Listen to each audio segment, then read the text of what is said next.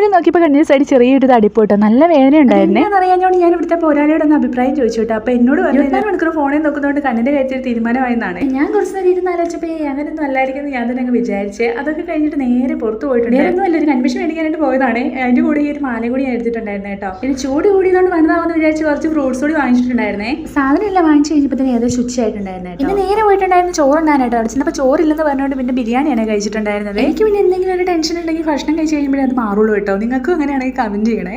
അതൊക്കെ കഴിഞ്ഞപ്പോൾ ഏകദേശം മനസ്സമാധാനമായിട്ടുണ്ടായിരുന്നു കേട്ടോ. പിന്നെ നമ്മൾ വീട്ടിൽ പോകുന്നപ്പോൾ ഈ ഒരു കൺവെൻഷൻ കൂടെ വാങ്ങിയിട്ടാണ് പോന്നിട്ടുണ്ടായിരുന്നത്. ഞാനാണെങ്കിൽ ഒന്ന് പൊട്ടിക്കാൻ നോക്കിയിട്ട് പൊട്ടുന്ന 1 ലക്ഷവും കാണുന്നില്ലേ. പിന്നെ പല്ലെ കമ്പിയിട്ടപ്പോൾ തൊട്ട് ഒരു സാധനം മര്യാദയ്ക്ക് ഒന്ന് കടിച്ചു പൊട്ടിക്കാൻ പറ്റും. അതൊന്ന് പൊട്ടിച്ചെടുത്ത് കേട്ടോ. കണ്ണിൽ ഇച്ചിരി കട്ടിക്ക് തന്നെ അങ്ങോട്ട് എഴുതിയേച്ചേ. 2 കണ്ടും നന്നായിട്ട് എഴുതുവാണെങ്കിൽ കണ്ണിന് കുറച്ച് തണുപ്പ് കിട്ടും എന്നൊക്കെ പറഞ്ഞുകൊണ്ട് എഴുതിയതാട്ടോ. ഇതിന് വേറെ എന്താ ചെയ്യേണ്ടതെന്ന് എനിക്ക് കറക്റ്റായിട്ട് അറിയില്ല. നിങ്ങൾക്ക് എന്തെങ്കിലുമൊക്കെ അറിയാമെങ്കിൽ കമൻറ്റ് ചെയ്യണേ. രാവിലെ ഇത്ര എടുത്തറിയത്തില്ല, എന്തെങ്കിലും പുറത്ത് പോയിട്ട് വന്നപ്പോൾ നല്ല ചൂടൊക്കെ ആയതുകൊണ്ട് ഇത്തിരി കൂടിയിട്ടുണ്ട് കേട്ടോ. അതുകൊണ്ട് ഞാൻ കുറച്ച് തണുത്ത വെള്ളം കൂടി വാങ്ങിയിട്ട് വന്നിട്ടുണ്ടായിരുന്നു. അത് ഇരുന്ന് മൊത്തത്തോടെ കുടിച്ച് തീർത്തിട്ടുണ്ട്. അല്ലാത്ത പെടുകൾ വെള്ളം നിന്ന് കുടിക്കാത്ത ഞാനാണ് ഇപ്പോൾ കുടിച്ച് മൊത്തം തീർത്തത്. പുതിയതായിട്ട് ചാനൽ സബ്സ്ക്രൈബ് ചെയ്തേക്കണേ. അപ്പോൾ ഇനി പോയി കിടന്നിട്ട് ഒറ്റ ഉറക്കം ഉറങ്ങാൻ പോയിട്ടോ. 10 ബൈ.